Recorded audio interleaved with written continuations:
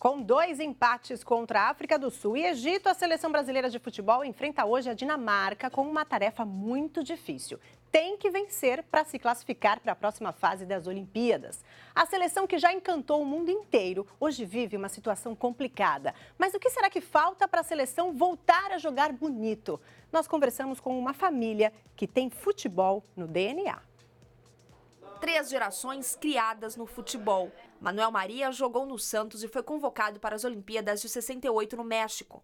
Os filhos Arão e André trabalham nas categorias de base do Peixe. E os netos Davi e Henrique querem seguir carreira no futebol. Cada um vive ou viveu um período diferente no esporte.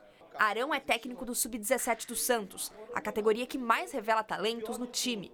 Thiago Maia, que está na atual seleção olímpica, passou pelas suas mãos. E com ele, o pessoal não tem moleza. Futebol é levado a sério. A vida do jogador é difícil, ela é feita de renúncias e eles deixam de ter muitas etapas que os adolescentes amigos deles têm para poder se dedicar ao futebol. Então a gente tem que tratar, tem que entender a necessidade de cada um.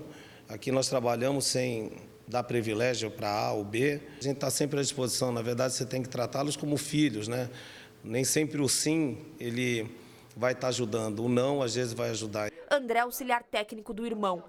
Para ele, hoje, o esportista tem muita influência externa e isso atrapalha o desempenho dentro do campo. O jogador está se atentando muito com a parte externa. Ele tem que chamar atenção dentro de campo. Então, eu acho que a vaidade, às vezes, eles ultrapassam um pouco, entendeu? Então, eu acho que treinar bastante, se dedicar, abdicar de certas coisas, a vida de quem quer ser jogador de futebol não é fácil. Manuel Maria viveu outros tempos. Tempos que, segundo ele, jogar numa seleção era vitrine para quem sabe ir para o exterior. Para o ex-ponta-direita, hoje a seleção ganhou outro status. Antigamente você encontrava um garoto e falava assim, qual é o seu sonho? Ele dizia, eu quero jogar no Santos Futebol Clube. Hoje, a gente pergunta para uma criança, elas falam assim, eu quero jogar no Real Madrid, no Barcelona. Nós perdemos definitivamente a identidade.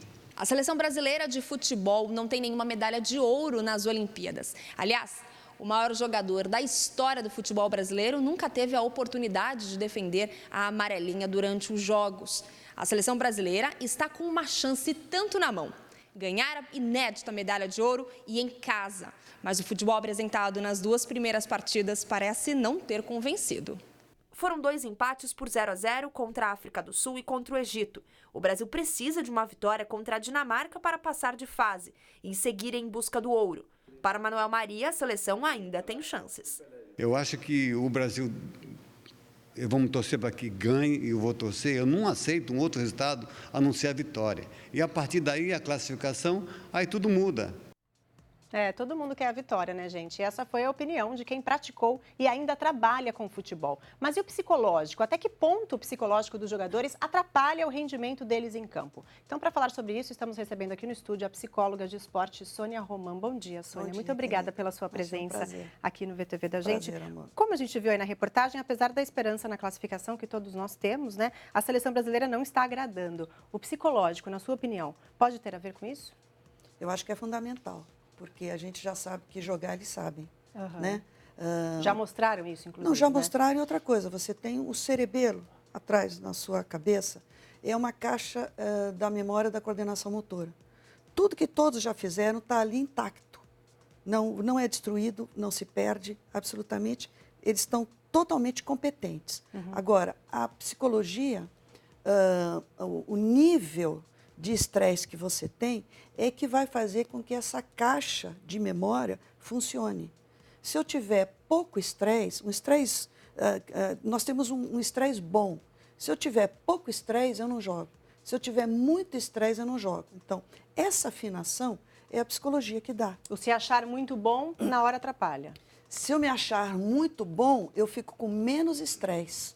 Eu fico na situação de acomodação. É o que chama-se de salto alto. Sim, muita gente fala isso. Isso, eu tenho que ativar esse sistema nervoso. Mostrar para esse menino que essa acomodação vai fazer com que o cerebelo, que ele tem intacto, nas suas jogadas, não vão funcionar. Elas vão cair de rendimento. Tá, eu vou chamar agora o apresentador do Futebol Esporte Show da VTV para participar da nossa conversa, que ele é comentarista também de futebol, Marcel Capretes, por Skype. Bom dia, Marcel. Bom dia, Vanessa. Bom dia, doutora. Bom dia a todos ligados aqui no VTV da gente. Qual que é a sua opinião sobre isso, Marcel? Você está ouvindo aí a nossa conversa? Qual que é a sua opinião? O que está acontecendo com a seleção brasileira? Olha, Vanessa, eu concordo inteiramente com a doutora.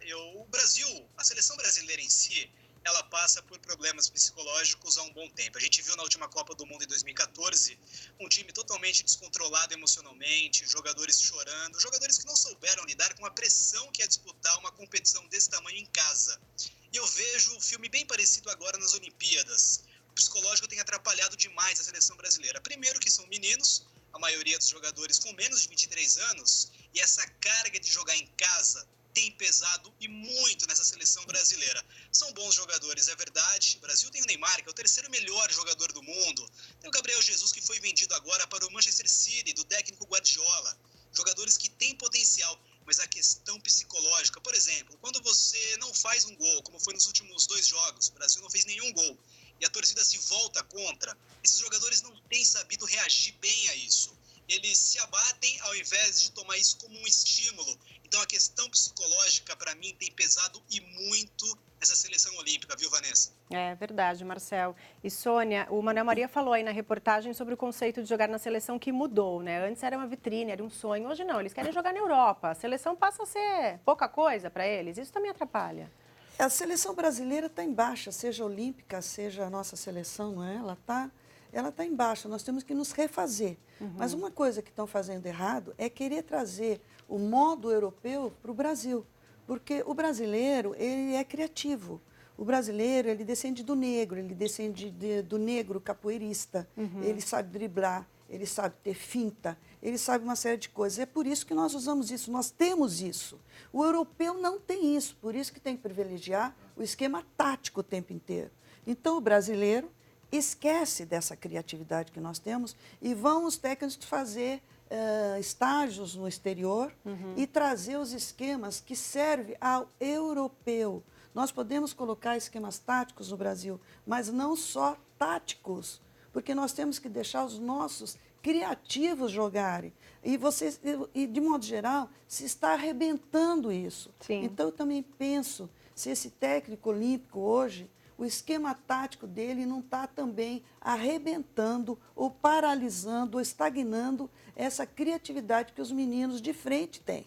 Está faltando tática também, então, Marcel, na sua opinião?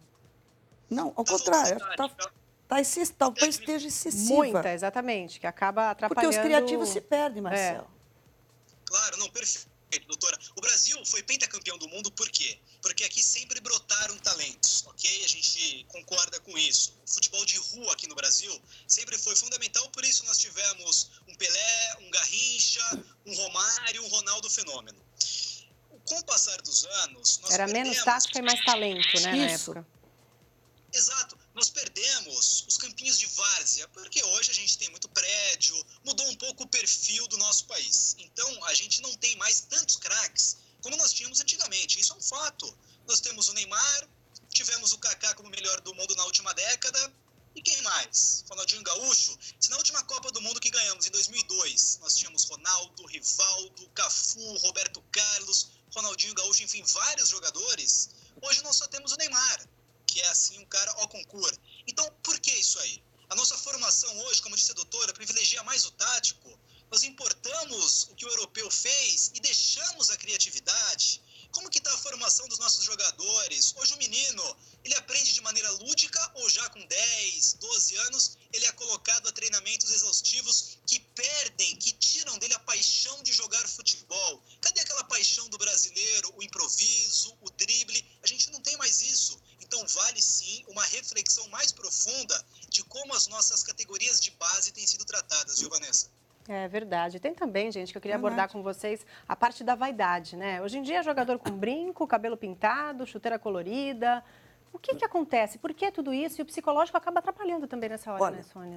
Se nós pegarmos os atacantes, tá? Todos são vaidosos. Todos. Vem de Romário, Neymar, Gabigol, quem você quiser. eles têm uma personalidade com características narcísicas. Tem. As grandes estrelas têm essa personalidade. Isso não é só no futebol, é na televisão, etc. e tal. Você pode ter essas características narcísicas até uma hora antes de entrar em campo. Depois você tem que atinar a tua responsabilidade. Você tem que chamar a si mesmo, você tem que ter um autodiálogo da tua competência, que vai começar dali uma hora.